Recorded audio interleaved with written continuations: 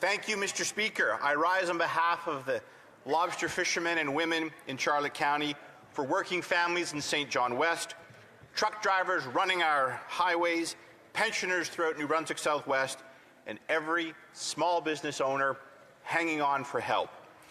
These Canadians look to Parliament and wonder if those entrusted to govern understand the difficulties families and pensioners face every single day.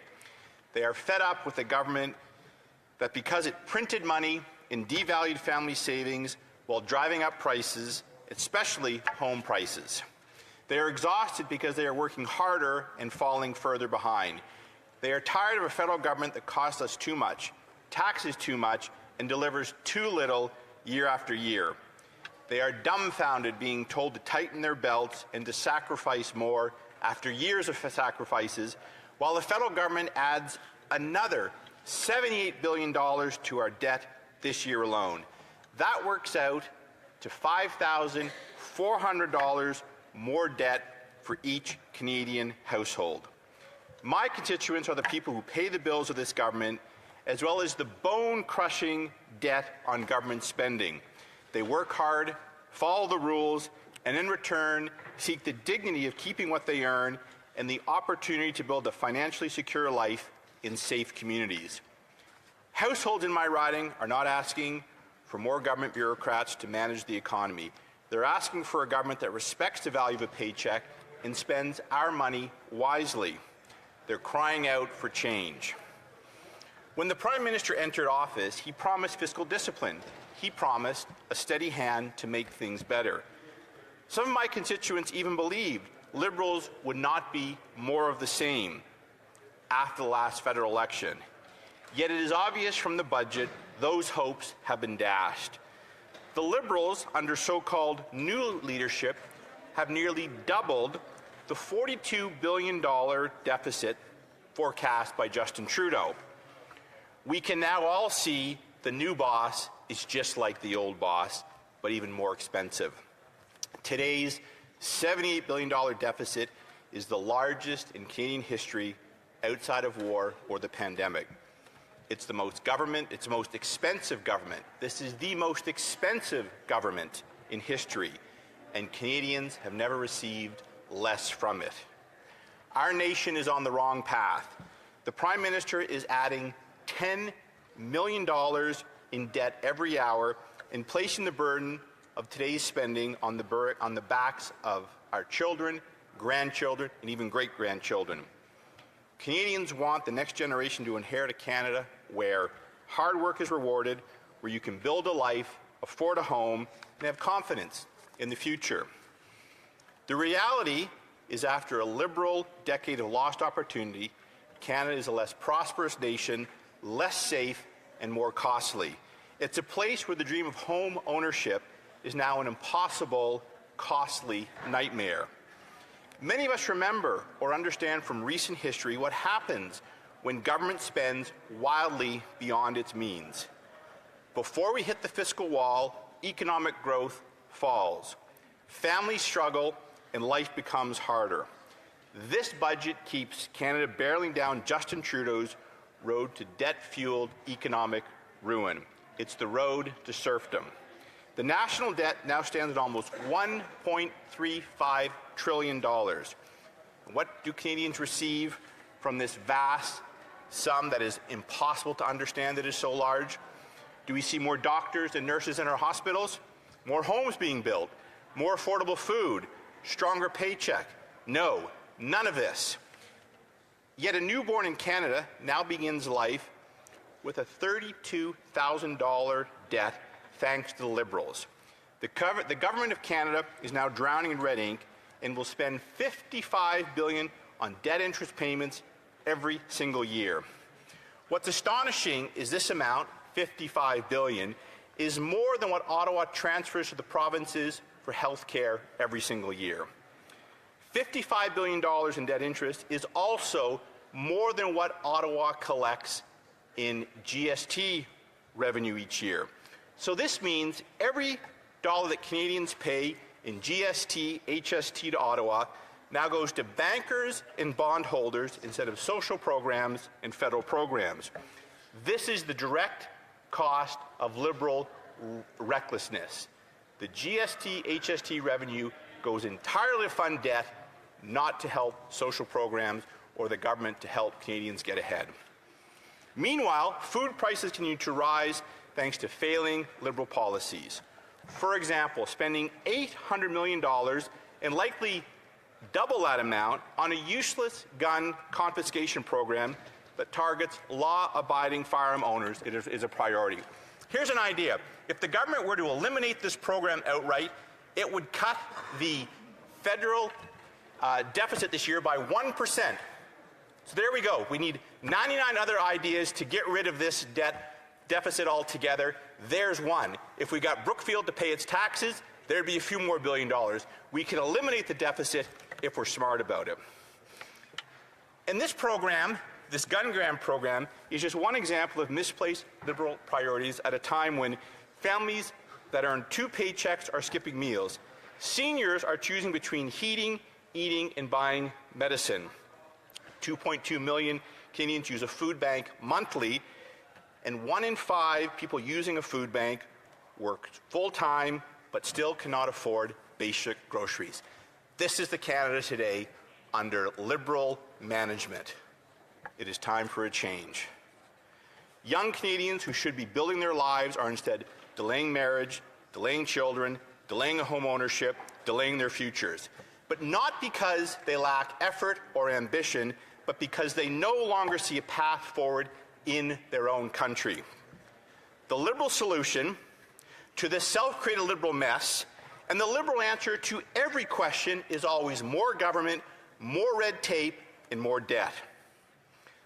Canada can choose another path, a path that builds and rewards work, a path that makes home ownership achievable again, a path where government lives within its means so families can live within theirs. This is the promise Conservatives are offering. This is why Conservatives moved an amendment to this budget, to fix its flaws, to get Canada's fiscal house in order, and to move Canada again, finally, after 10 years. Because now is not the time to try to repeat what's already failed and will fail again.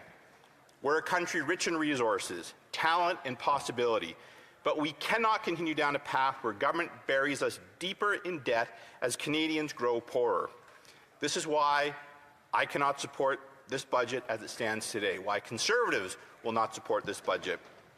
It is why Conservatives will continue working to restore the promise of this country for families who work hard, play by the rules, and simply want a fair chance.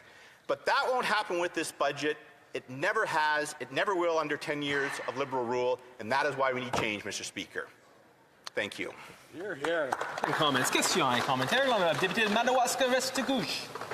Président, j'aimerais remercier mon collègue du Nouveau-Brunswick pour son discours et je suis certain qu'il a tout autant à cœur que moi le développement économique de notre belle province.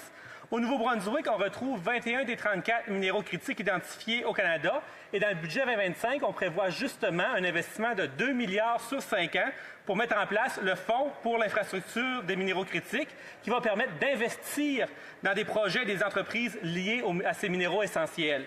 Est-ce que mon collègue partage mon opinion qu'il s'agit d'une excellente nouvelle avec beaucoup de potentiel pour notre province? Merci, Monsieur le Président. The honourable member for St. John, St. Croix. Ça fait longtemps que moi, j'étais quelqu'un qui, ici au Parlement, qui dit oui, il faut avancer nos ressources naturelles. Mais présentement, c'est le gouvernement du Nouveau-Brunswick, gouverné par les libéraux provinciaux, qui demande à ce gouvernement de faire quelque chose pour avancer ces projets très importants. Puis jusqu'à date, ils n'ont fait rien. Alors oui, c'est le temps de faire quelque chose pour notre province, parce que juste à date, notre premier ministre a dit non à tous les projets qui viennent du Nouveau-Brunswick. Questions and comments. Question et commentaire. L'honorable député de Shefford. Merci beaucoup, Monsieur le Président. Autre grande déception et grand oublié de ce budget, c'est la question de la santé avec les transferts en santé. Le gouvernement se vante d'avoir investi pour des infrastructures d'hôpital, Monsieur le Président. Donc, ma question, pour le collègue à qui je remercie pour son discours. J'étais avec des gens du système de la santé cette semaine après le budget et qui m'ont dit c'est bien beau construire des hôpitaux, mais si on ne transfère pas les fonds pour qu'il y ait des gens qui travaillent dans le système de santé pour être capable de payer le personnel, pour être capable de payer la recherche, d'homologuer les médicaments, bien, Monsieur le Président, c'est un beau coup d'épée dans le dos. Alors, qu'est-ce que mon collègue a à répondre à ces gens du système de la santé? Comme quoi c'est bien beau l'hospitalocentrisme, à un moment donné, il faut aussi du monde puis en prendre soin. The honourable member for St. John, St. Croix. Oui, merci beaucoup pour cette question. Écoute, pour gouverner le Canada, il faut choisir. Et je suis totalement d'accord. On a vu sous le gouvernement Stephen Harper, l'ancien gouvernement conservateur, que chaque année, les dépenses, les transferts pour la santé ont augmenté. Et pour nous, les conservateurs, ça sera toujours une priorité pour nous. Mais ça veut dire qu'il faut trouver des dépenses ailleurs qui ne sont pas des priorités. Ça, c'est quelque chose que nous pouvons faire, mais pas les libéraux, et c'est pourquoi on a besoin du changement pour du bon. Questions and comments. The honourable member for Red Deer. Thank you, Mr. Speaker. This Liberal budget proves that this Prime Minister is just the same, if not worse than Justin Trudeau, adding more government bloat with another $321.7 billion to the federal debt over the next 5 years. Through you, Speaker, I'd like to ask my colleague, how can Canadians trust anything this Liberal government is doing with their hard-earned tax dollars? A member for St. John, St. Croix. Well, look, we can trust them to do more of the same, and that record is going to be a record of failure. I had hoped the other day when the finance minister tabled his budget, looked up in the gallery and we saw Mr. Chrétien. 30 years ago, the Liberals had a problem with too much debt, too much spending, and slow growth. What do?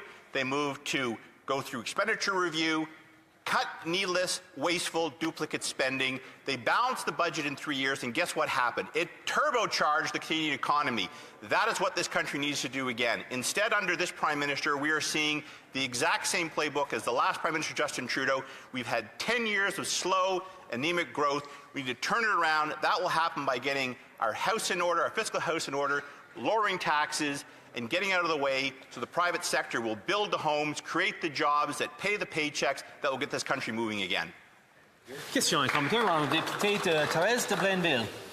Monsieur le Président, j'aimerais rappeler que le ratio dette-nette du PIB est le plus bas du G7, donc ce qui nous permet d'avoir une saine gestion pour investir. Alors ma question, c'est à l'honorable collègue, c'est êtes-vous favorable à la super déduction à la productivité, un ensemble d'incitatifs fiscaux améliorés couvrant tous les nouveaux investissements en capital qui permettent aux entreprises de déduire immédiatement une plus grande partie du coût de ces investissements et ainsi contribuer à une économie forte? Dans la députée de St. John, St. Croix. I believe in tax cuts anytime, anywhere for Canadians. But I don't just believe in tax cuts for businesses. This budget is a failure because it fails to deal with the affordability crisis that is hurting working families, young families, and pensioners. So it's all well and good to talk about the debt-to-GDP ratio, which this government has broken. For the last 10 years, they promised to keep lowering it, and in fact, this budget sends it up, breaking again another of the Prime Minister's promise. So yes, I support tax relief to make sure this country is competitive, but I also want to ensure the federal government is doing something to bring down the cost of families. It has not done it, and that's why this budget's a failure.